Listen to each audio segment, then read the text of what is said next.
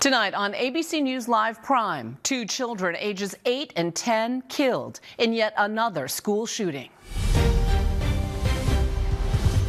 On the second day of a new school year, a shooter opens fire at Annunciation Catholic School in Minneapolis, firing into the church during morning mass, killing 2, injuring 17 while they prayed.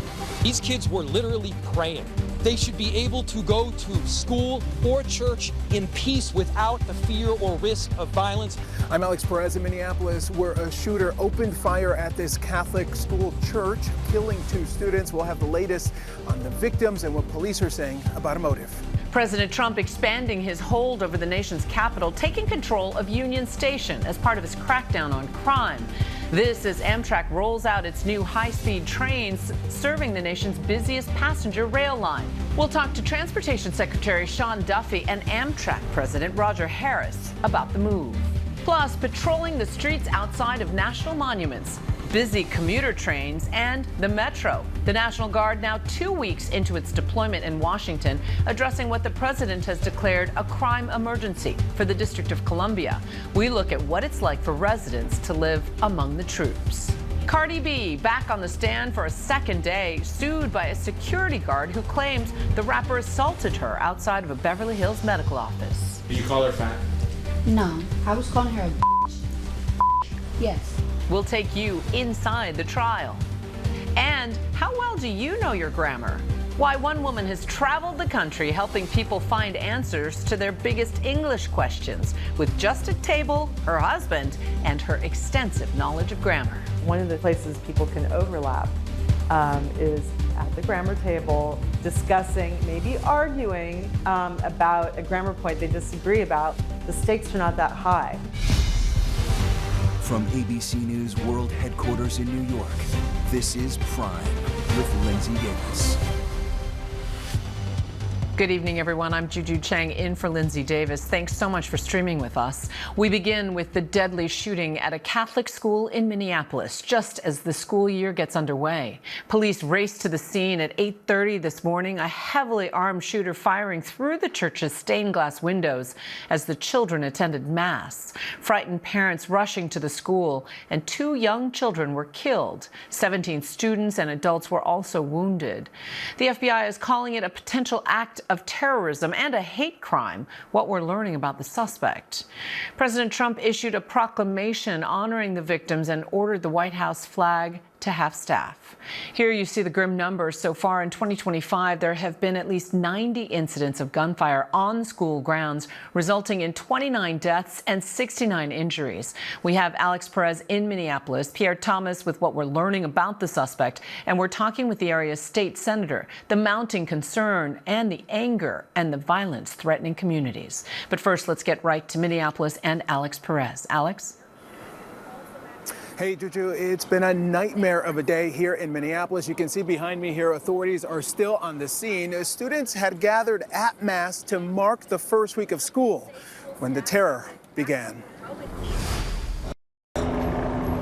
Tonight, a community in anguish, families consoling one another after a mass shooter killed 2 children and shot many more as they prayed in church. Engine 27, possible shooting of an active shooter at Annunciation Church, 509 West 54th Street. It was just before 8:30 this morning, 15 minutes into Catholic Mass, before the start of the second day of school for the young students of the Annunciation School in Minneapolis. During the Mass, a gunman approached on the outside, on the side of the building, and began firing a rifle through the church windows towards the children sitting in the pews at the Mass.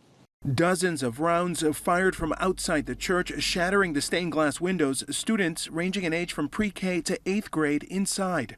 Police say the suspect used a 2x4 to try and barricade the doors to the church from the outside. Pat Scallon lives nearby and rushed to the scene, comforting some of the injured students before authorities arrived.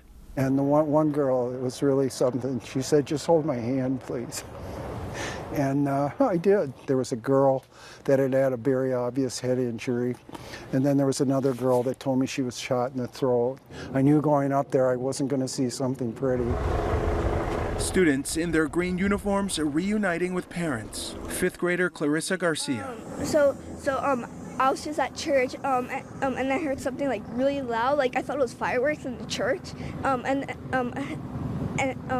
then I saw the shooting, and I was like, oh my gosh, I'm so scared. Yeah, I was like 2 seats away from the stained glass windows, so they were like, the shots were like right next to me. I think I got like gunpowder on my neck. 10-year-old Weston calmly telling reporters how he hid in the pews, his friend diving on top of him, likely saving him. That friend was then shot. My friend got hit in the back. Did he go to the hospital? Yeah, he went to the hospital. What went through your mind when you saw that? I was super scared for him. My mom was waiting outside of the church when it happened. I was super happy because, like, I was scared that I wasn't gonna see her because I didn't know what was happening, really. I was just in shock. As the noon church bells rang out, the police chief breaking the tragic news. 2 young children, ages 8 and 10, were killed where they sat in the pews. Yusuf Davis's nephew, Andre Gunter, one of at least 19 others shot. He was shot in the stomach. It entered accident. He had surgery. They opened him up. He's gonna make it. He's a survivor. He's gonna make it. The coward that shot these victims took his own life in the rear of the church. That coward has been identified as 23-year-old Robin Westman. No prior criminal history. We lost 2 angels today. There's nothing about today that can fill us with hope. Minneapolis Mayor Jacob Frey, angry and emotional, rejecting offers of the usual thoughts and prayers. And don't just say this is about thoughts and prayers right now. These kids were literally praying. It was the first week of school. They were in a church. These are kids that should be learning with their friends. They should be playing on the playground. They should be able to go to school or church in peace without the fear or risk of violence, and their parents should have the same kind of assurance. Alex Perez is back with us now from the scene. And Alex, what's ahead in the investigation and for the tragic community there tonight? Well, Juju, the FBI is now investigating this as an act of domestic terrorism targeting Catholics. This community is tight-knit. Right now they are heartbroken, angry, and they want some answers. Juju? Alex Perez in Minneapolis for us tonight. Thank you. Tonight, we're also learning disturbing new details about the shooter and what the suspect appears to have posted online just before the morning's attack. Here's ABC's Chief Justice correspondent Pierre Thomas. Tonight, investigators searching multiple residents linked to 23-year-old suspect Robin Westman, including the family home less than a mile from the church. There was a rifle, a shotgun, and a pistol. All 3 had been lawfully purchased by the shooter. And police are studying a troubling video Westman allegedly posted on YouTube, timed for release after the horror would have unfolded inside that church. This manifesto appeared to show him at the scene and included some disturbing writings. The video depicts someone obsessed with violence. In one chilling moment, a suspect is seen driving a knife into a sketch of church pews. You also see a suspect handling bullets, magazines, and an arsenal of guns. And there are numerous references to previous mass shooters, including Sandy Hook. The fixation on murder clear. Homeland Security Secretary Kristi Noem saying the words, "Kill Donald Trump," were found written on a rifle magazine. Tonight, the community in shock. I'm sorry, I'm shaking. I can't stop. And considering like the shooter's a half a block from where we all live. That neighbor now trying to make sense of what the killer's family might be thinking tonight. I can't imagine not only living with what their son has done, but also that their son is deceased. I'm sure they're questioning as parents what happened here. And Pierre Thomas joins us now live. Pierre, what other details are you able to report tonight about Westman? We're learning that Robin Westman was born a male with the name Robert, but in 2020 identified as a female, and a Minnesota court approved a name change to Robin. Juju? So many details yet to be discovered. Pierre, thank you, as always. The Annunciation Catholic School is in Minnesota State Senator Zainab Mohammed's district. She joins us now. Senator, thanks for talking with us on this difficult day. First, what has been your message to your community that you represent tonight? Thank you for having me and for covering this. It's been a devastating day. And to my community today, I think we are holding each other with love, giving each other grace. And it's a moment for us to heal together as we navigate what the next few days are going to look like and we move forward from this tragedy. We're looking at some of the many heartbreaking images that are coming out of the school area. Have you been able to talk with the families and educators from the school today? And how are they holding up? I've spoken with a number of families who their kids go to the schools earlier this morning as it was happening, who had no clue what was happening, whether their kids were safe and were going to come home alive. It was pretty devastating few hours as we were moving through it. And we don't know what the facts are just yet, but what we do know is we lost kids today who were supposed to be having dinner with their families this evening, and that has been very devastating for our community here in South Minneapolis. Just tragic beyond measure. And what we are learning is that the shooter had hateful messages on a rifle magazine. Are you concerned about the level of discontent sort of writ large and all the anger in our country? Absolutely. I think we've had just here in Minnesota on June 14th, the murder, the political assassination of Speaker Hortman and her husband, and the attempted assassination of my colleague and friend John Hoffman and his wife. It has been a devastating few months. I think what's happening across the country is concerning. It is scary. But I think it's time we look inward as a country and think about what this all means and how can we all have civil conversations and not worry about whether our kids are going to come home or not, and whether somebody can go to their job safely and come home. I know it's early days, but what are you hoping you might be able to do at a state level in response to today's deadly shooting? Yeah, I mean, today is just yet another reminder that school shootings are happening all the time. And that's alarming. That's devastating. That is scary. No parent should have to send their kid to school and wonder if they're going to come home. No child should go to school and do safety measures of what it means if there is going to be somebody who's coming into the school and do drills. Kids should go to school, should learn should go and play with their friends, and should come home safely to their parents. And I think at the state level, there's so much we can do. There is no place for assault rifles or for any weapons of war to be in our schools. There's no space for that. There's no place for that. I think we can have common sense solutions to the gun violence that's becoming an epidemic in our communities. And we know that when it comes to mental health crises, red flag laws are also part of the menu of options. What is your message to national leaders tonight?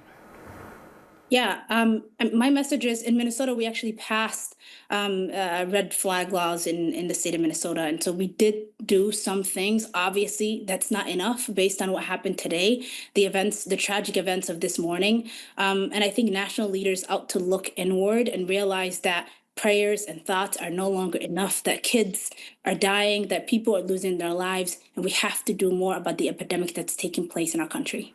Minnesota State Senator Zainab Mohammed, thank you, and our best to the people in your community who are suffering tonight.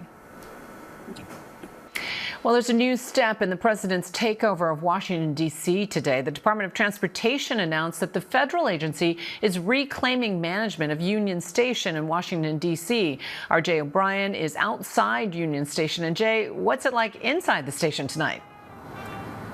Yeah, Juju, it's just the latest step in the Trump administration's continued takeover of various D.C. landmarks. As you say, the Department of Transportation saying it's going to take over management of Union Station. This has also been a center point in the president's surge of law enforcement here. National Guard troops often around Union Station, as they are around actually near us tonight. And it also comes as one more thing, legal developments in a viral firestorm flashpoint that occurred on the streets of Washington in the early days of President Trump's law enforcement surge here.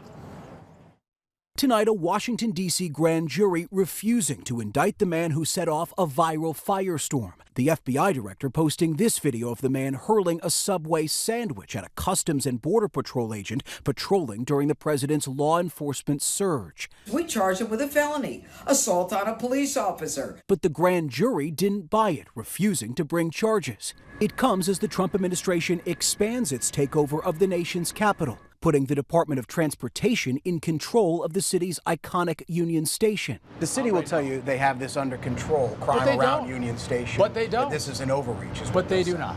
they do not have it under control. As we walked around outside Union Station, we saw some of the more than 2,000 National Guard troops sent to D.C. D.C. Mayor Muriel Bowser says the surge has left residents, quote, living in fear. But she also acknowledges crime has fallen in the city. Carjackings now down 87%. We know that when carjackings go down, when the use of gun goes down, when homicide or robbery go down, neighborhoods feel safer and are safer. So this surge has been important to us.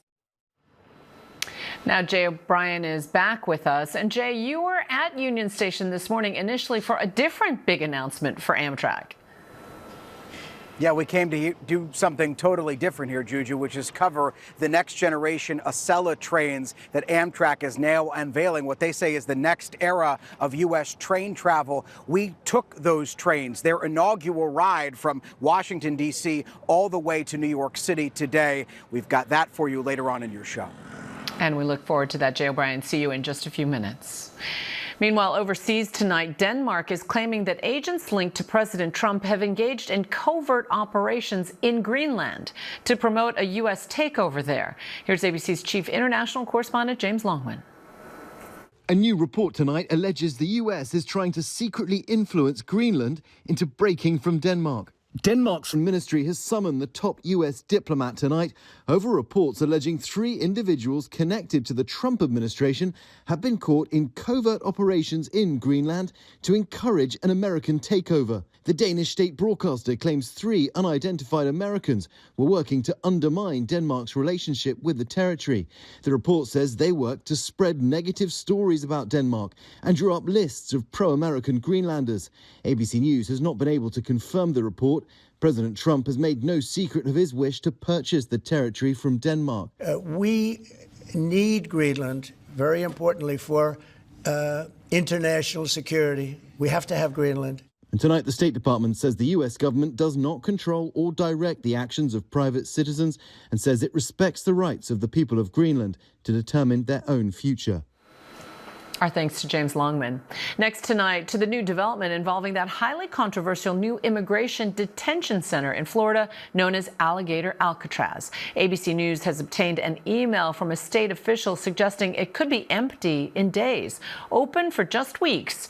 So how much did this cost American taxpayers? ABC's Victor Akendo reports from Florida.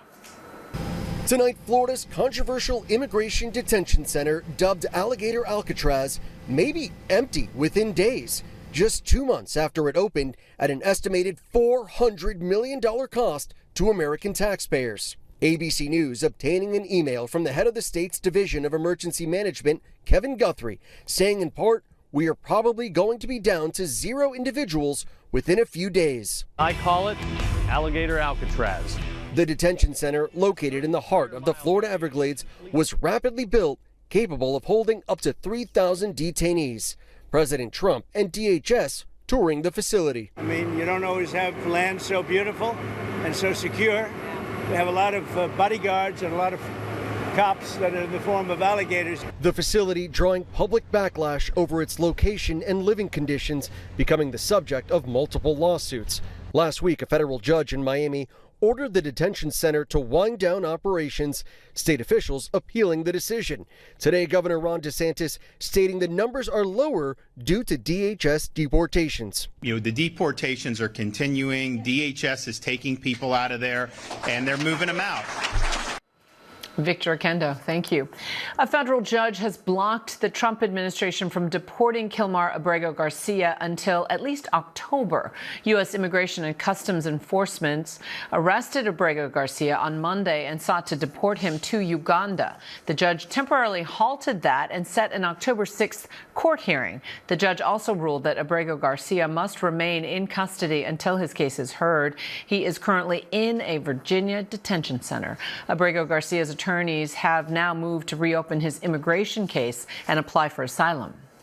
Coming up next, it's been 2 weeks since President Trump announced he would send in the National Guard to address what he calls a crime emergency in D.C. We hit the streets to see just how these troops are operating in the district. Cardi B is back on the stand in a civil suit trial where she's accused of attacking a security guard in Beverly Hills. And bandmates from The Police suing Sting over one of their biggest hits. Popular as always. Find out just what they're after when we return.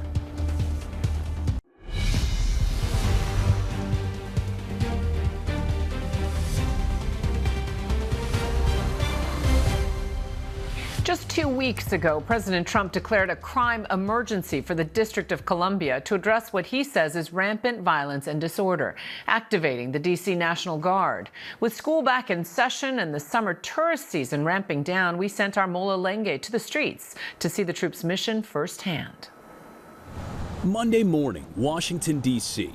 In the shadows of the national monuments, commuters hustling to work, tourists sightseeing, and the first day of school for 100,000 D.C. school students. But this year, something's different. Soldiers on the streets. People ask me, what am I here for? I'm here to make sure that young people can leave and go to school and come back in a safe environment. They don't have to worry about drug dealers. They don't have to worry about crime. They don't have to worry about people, with guns and knives. Free DC! Free DC! National Guard troops have been stationed in the nation's capital for 2 weeks now, patrolling, monitoring, punctuating train and metro stations, the National Mall, and commercial streets, a move that President Trump said was necessary to curb crime and clean up the streets of D.C., characterizing the situation as a crime emergency. This is Liberation Day in D.C., and we're going to take our capital back. But according to D.C.'s Metropolitan Police Department, homicide statistics in the district went down 32% in 2024. Violent crime was down 35%, a 30-year low. So far in 2025, the numbers have dropped even further. A downward violent crime trend that's also happening nationwide. This as the president deployed the National Guard in Los Angeles earlier this summer during an immigration crackdown. President Trump now threatening to expand the deployment to other metro areas, seemingly targeting cities and states run by Democrats. You would think that Illinois would have such a problem with crime, such a bad governor. He should be calling me. Some governors pushing back. This is not about fighting crime. This is about Donald Trump searching for any justification to deploy the military in a blue city, in a blue state, to try and intimidate his political rivals. The more than 2,200 National Guardsmen currently in Washington were offered up to support the D.C. troops by the governors of West Virginia, South Carolina, Tennessee, Mississippi, Louisiana, and Ohio. Initially unarmed, this week they began carrying firearms. We made our way around the D.C. area in a single day to see where soldiers are posted and how their presence is changing the city. Now, the first thing we notice is that troops are not overwhelming the city in every neighborhood and on every street corner. They've instead focused on a few highly visible and prominent locations. Now, troops are mostly absent from neighborhoods with the highest rates of crime in Southeast and Northeast D.C. Notably, no guardsmen were nearby when D.C. police say a homicide occurred in the southeast part of the city early Monday morning. But officials note that Monday evening, several soldiers assisted a citizen who had fallen and needed medical care. Honestly, yes, there is a lot of crime, but I don't think that it was the National Guards was needed. Completely unnecessary and honestly threatening to the communities, especially underprivileged communities. But we also spotted troops at the Metro Center and Gallery Place metro stations, looking on as riders exited busy trains. Soldiers have been regularly posted at least 10 metro stations, including D.C.'s Union Station. We're here at Union Station about 2 weeks ago when the National Guard troops first arrived in Washington, and there was a much bigger footprint. There were about 4 or 5 Humvees that were spread out throughout this traffic circle. There was probably a dozen, 2 dozen troops walking the area. Now it's a much smaller footprint. You see about 4 or 5 troops there, a couple more there, and that's about it. Now, the White House says these troops are here to support D.C. police. They also say their mission is to clean up the city. Guardsmen conducting what officials describe as beautification projects around Washington's tidal basin, the Watergate, and wharf areas. Everything from replanting grass to trash, debris, and graffiti removal. And Mola Lenghi joins us now. Mola, we just saw the National Guard there performing essentially beautification tasks. How much is all of this going to cost taxpayers, and how much longer can we expect to see the National Guard in the district? Well, Juju, right now there is no price tag on it, but the cost of this operation is ultimately expected to be in the millions of dollars. As you know, troops have been here in Washington for about 2 weeks, but as you asked, the looming question here for this city and these soldiers is how much longer? The president at one point suggesting they could be here for another 6 months. He has also expressed a willingness to send troops to other American cities, really setting up the stage and the potential for a drawn-out legal battle. And these guardsmen have been putting their lives on hold. Mola, thank you so much for spending a day in their lives. Appreciate it. And coming up here on Prime, on the same day President Trump takes oversight of D.C.'s Union Station away from Amtrak, Amtrak unveils its newest high-speed trains. We'll look at how these could impact more than 14 million commuters. And Cardi B back on the stand in L.A. today, sued by a security guard who says the rapper attacked her in Beverly Hills. We've got the story coming up. Today, the Department of Transportation announced that President Trump is extending his arm of control over Washington, D.C. by taking management of Union Station away from Amtrak at one of the country's biggest rail hubs. This news came the same day that Amtrak launched the next-gen Acela, the rail service's new high-speed fleet of trains, marking a new chapter in rail service in the United States. Why that's so important lies in the millions of riders who rely on trains each day. So let's take a look by the numbers. In 2023, about 3.5% of U.S. workers commuted by public transportation. That includes trains, buses, and subways. That's more than 6 million daily public transit commuters. Amtrak served 32.8 million customers in 2024, which averages to about 90,000 customers per day. 2024 marks an all-time ridership record for Amtrak, showing a 15% increase from the previous year's 28.6 million customers. The Northeast Corridor, which is serviced by Amtrak, is the nation's busiest and most economically vital passenger rail line, running between Washington, D.C. and Boston and making stops in major cities like Baltimore, Philadelphia, and New York City.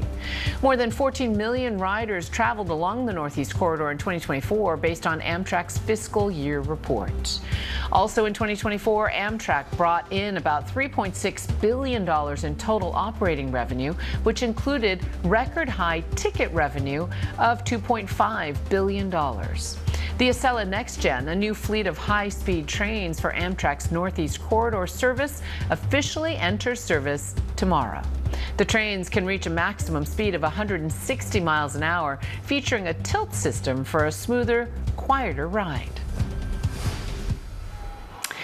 Now, ABC News was all aboard the Acela Next Gen's inaugural trip this morning. Our Jay O'Brien joins us now from outside Union Station. Jay, from takeover news to a new generation of trains, there's a lot you're reporting from on there. Yeah, a lot going on at Union Station today, and that news certainly dominated the day for this announcement for Amtrak. But these trains are also decades in the making, Juju. They are top of the line for Amtrak, the best they have to offer. And I can tell you, I was on it for a big chunk of its inaugural ride. It was smooth. It was the newest train I've ever been on. But is it much faster? Take a look. All aboard! On a day of celebration, The sun is shining, the sky is blue, the band is here. Washington, D.C.'s Union Station is also confronting new management, the latest move in President Trump's federal takeover of the Capitol. National Guard troops already fill this gateway to the city. And as we arrived, the Department of Transportation, which owns Union Station, announced it was wresting control of its management away from Amtrak, the national passenger railroad company in the U.S. Union Station is just the latest iconic D.C. landmark to get swept up in what President Trump calls a crime emergency here in the nation's capital. It is owned by the federal government, but up until recently, it's been managed largely by Amtrak. Now, the Department of Transportation says that is going to change. People are concerned about the safety and the homelessness and the dirtiness of Union Station, that's got to change. It's another show of government force in what President Trump has called a crime crackdown, despite city officials pointing out violent crime was already at a 30-year low, according to police data. Leaving behind that surge of troops and law enforcement, we went to find something else. What we originally came here for, the start of this so-called new era of American train travel, the next-gen Acela. A faster model Amtrak train providing a smoother, sleeker, and sometimes slightly faster trip for those traveling between Washington, D.C. and Boston. Between now and 2027, 28 new train sets will travel up and down Amtrak's Northeast Corridor. Right through here? Yeah, this car for you right here. All right, thank you. Yep. We walk in for the inaugural trip, and it still has that new train smell. It's an achievement roughly a decade in the making, says Transportation Secretary Sean Duffy. They're beautiful, right? I mean, they're gorgeous trains. This is the way train travel should be in America. 160 miles an hour. We need to get a little faster. We need a high-speed rail here, but this is a step in the right direction. That's because these trains can only go their top speed, 160 miles an hour, the fastest of any train in the U.S., on a small percentage of the route due to twists and turns, aging infrastructure, and several commuter rail lines that also run along the corridor. Something Amtrak President Roger Harris told me he was well aware of when we toured one of those new trains. Is that frustrating to have kind of only a few pockets where it can go up to its top speed?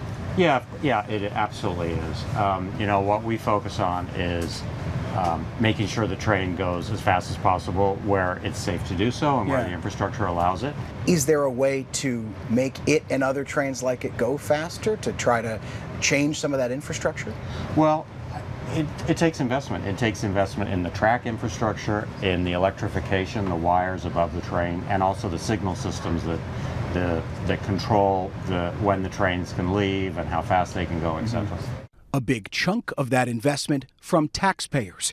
While Amtrak says the vast majority of its operating expenses are funded by revenue rather than federal funding, the U.S. government gave Amtrak $2.4 billion in 2024, according to the Department of Transportation. These new trains are also bigger, with 27% more seats per train at a time where Amtrak tickets can top hundreds of dollars in a mode of transportation that millions of Americans are craving. Amtrak served 32.8 million customers in 2024 alone, looking to break 40 million by 2030. It's also, for a lot of people, tough to afford. It can be expensive, these Amtrak tickets. Are you concerned about how high the prices can be? So this is not the only option, right? There's other options that you can take outside of the Acela train. So I think you're going to see more dynamic pricing and some better pricing. But because we have more capacity, it's going to be better revenue as well. So I think everyone is going to be a winner. What they call the next generation of rail travel here in the U.S. looks a lot like the first generation, but the seats are newer, they're ergonomic, there's higher speed Wi-Fi. The train is, of course, brand new, and it has a better tilt system than the previous trains, which Amtrak says is going to lead to a smoother ride because it compensates for the curves in the track better than the previous trains did. They're just more modern, more comfortable, more spacious. Despite all the bells and whistles, it's no secret the U.S. is behind the rest of the world in train travel. Europeans can travel from London to Paris and onward through a network of trains faster than anything in the U.S. And in China, at least 2 trains routinely top 200 miles an hour. Why doesn't the U.S. have high-speed rail the way other countries do? I think we have a lot of permitting issues. It's hard to get the permits to make that happen. That's the first thing. But even in the Northeast Corridor, where this train runs, we meander through states and through and through communities. And for high-speed rail, it has to be a straight shot to get that speed up. So is it even possible? Listen, anything is possible. But for now, this new celebrated train, smooth and modern, but not all that much faster, is, at least here in the U.S., the future. And look, Juju, Amtrak is making this big PR push for these trains, and they are newer, they are sleeker. But at one point today, those newer trains were estimated to be running slower than some of their older counterparts. Obviously, those times vary, but Amtrak is continuing to say it's not the speed of these trains, it's the comfort of the travel. And yet not a good look. Jay, there was even more news today from Secretary Duffy. What did he say about New York City's train hub, Penn Station? Yeah, what the secretary announced is that the Department of Transportation is going to enact a $40+ million investment in Penn Station. Remember, the DOT already took control of the management of the renovations of Penn Station in this spring. The Department of Transportation says they are going to manage it better than the state of New York, which was previously in control of the project. The state of New York has said that they were doing just fine with those plans before the federal government stepped in. Sean Duffy today set a goal of that renovation being complete, an ambitious timeline, what he called a quote-unquote Trump timeline, 2027. Juju. We'll keep our fingers crossed. Jay O'Brien, thanks as always. And coming up here on Prime, a time capsule sealed by Princess Diana herself is reopened, and the incredible memories and relics found inside. And there's no grammar like good grammar. Tonight, meet the grammar guru, taking her pop-up stand on the road to make sure people in all 50 states get a helping hand when it comes to the English language. Welcome back. Day 3 of the Cardi B civil trial is underway. Cardi B is being sued by Imani Ellis, a security guard who claims the rapper assaulted her outside of a Beverly Hills medical office back in 2018. Ellis claims the rapper's long fingernails caused cuts on her face that required plastic surgery. Ellis filed the lawsuit in 2020 and is seeking monetary damages. Cardi B testified that Ellis is the aggressor and that there was no assault. Let's take a listen to her court today. And you just testified now that Imani Ellis was yelling that you hit her, right? Yes. She was saying that. And you didn't hit her? No. Did you take a swing at her? No. When Miss Tiara Woods was in between the two of you, did you try to take a swing over Miss Tiara Woods? No. That's her testimony. And Jacqueline Lee joins us now, who's been watching the trial closely all day. Jacqueline, what else happened in court today? Juju, Cardi B just talking more about details of what happened during the incident, saying she did not scratch the security guard Imani Ellis's face because she was pregnant, calling herself disabled at the time, and that the security guard was twice her size. She does admit they got into a verbal altercation, saying they were chest to chest and shouting after Ellis admitted to filming her. We then heard from a receptionist who said she rushed out of the medical office to get in between the women, saying hands were flying but didn't know where the hands were coming from. The receptionist saying no one was hit. We also heard from an expert who did a psychiatric evaluation on Ellis, saying they didn't believe she suffered mental or emotional injury from the incident. Juju. The drama continues. Jacqueline Lee, thank you. Now, the heroic rescue of a pilot after he crashed his plane into the ocean, how a painting stolen by Nazis was returned thanks to a real estate listing, and the artifacts discovered inside a time capsule laid by Princess Diana 34 years ago.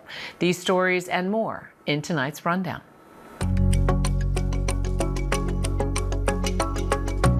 Newly released video of a plane crash off the coast of North Carolina shows rescuers pulling the pilot out of a sinking plane.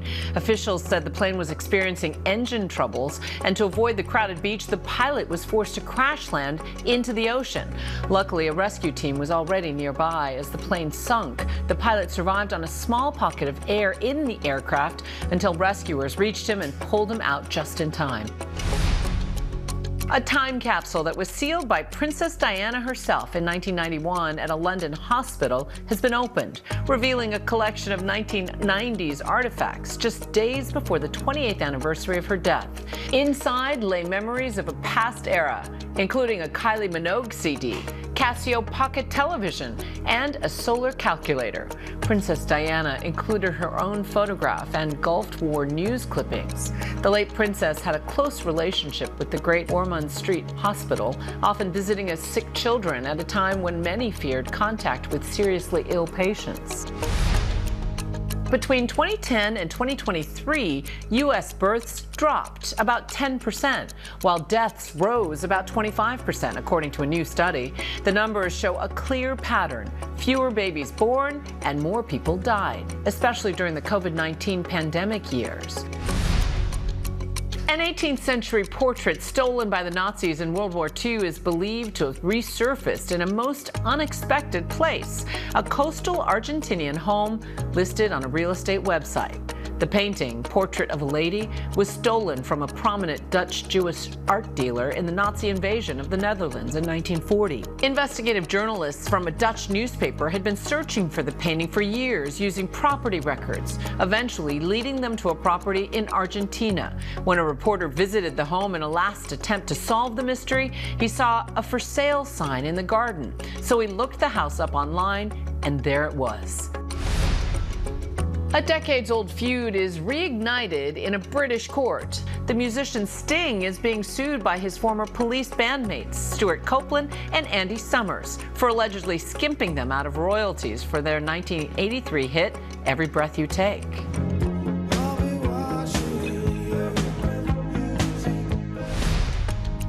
Kansas City Chiefs wide receiver Rashee Rice has been suspended for 6 games without pay for violating the NFL's personal conduct policy.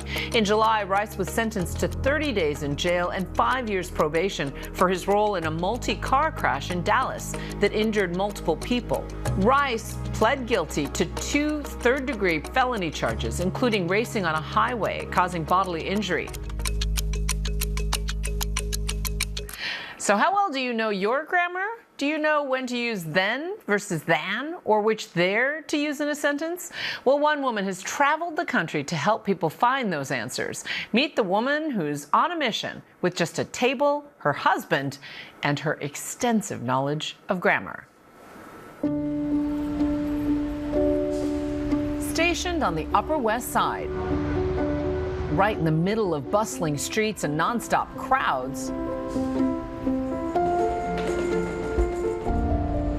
Ellen Joven sets up a table.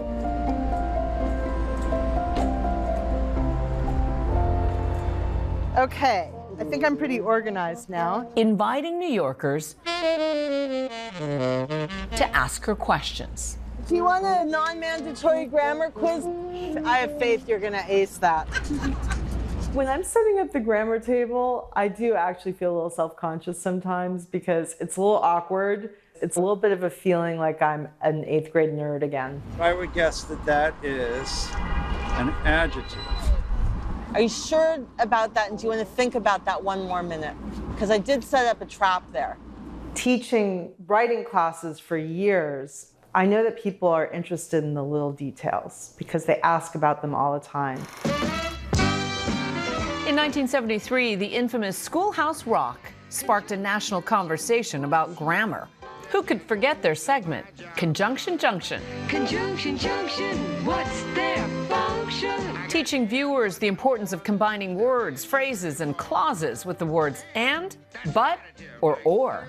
Conjunction Junction is the clear winner of all of them. That was the best song by far. Hooking up cars and making them function. Welcome back to English with Lucy. Today, we're going to talk about grammar.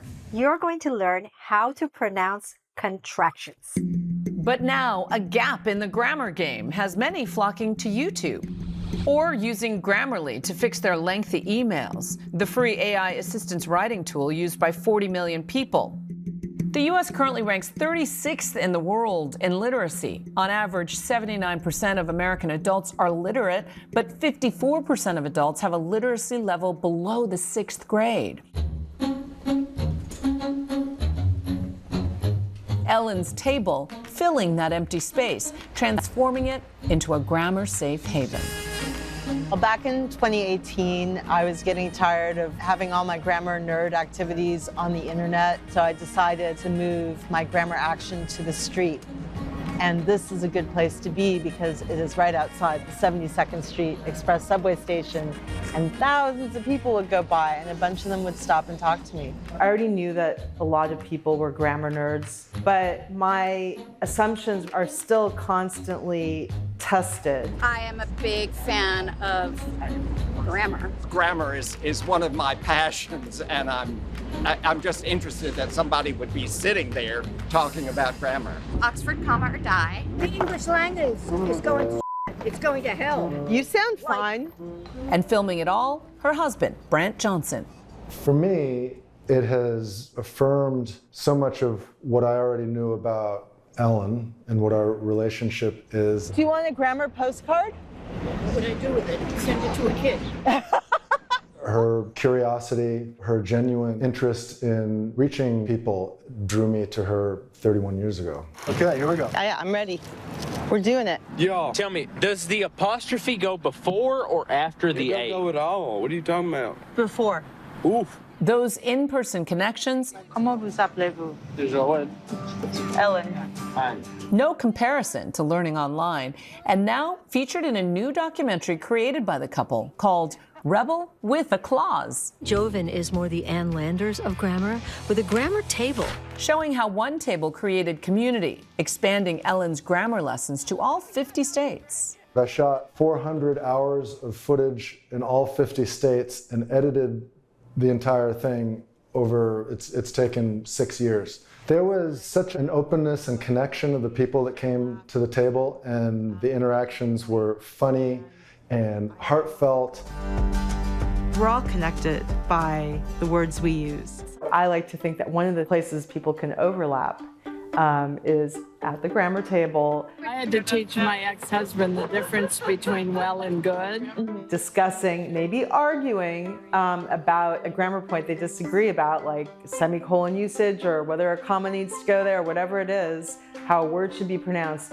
The stakes are not that high. Your mom is going to be very disappointed, though. I'm going to tell her about this. Okay, It's more a celebration of the words we use and how we use them. For me, it's about possibilities and not constraints. I love grammar, but I find that it's less important because no one gives a shit anymore. And that's our show for this hour. I'm Juju Chang. Stay tuned to ABC News Live for more context and analysis of the day's top stories. Thanks for streaming with us.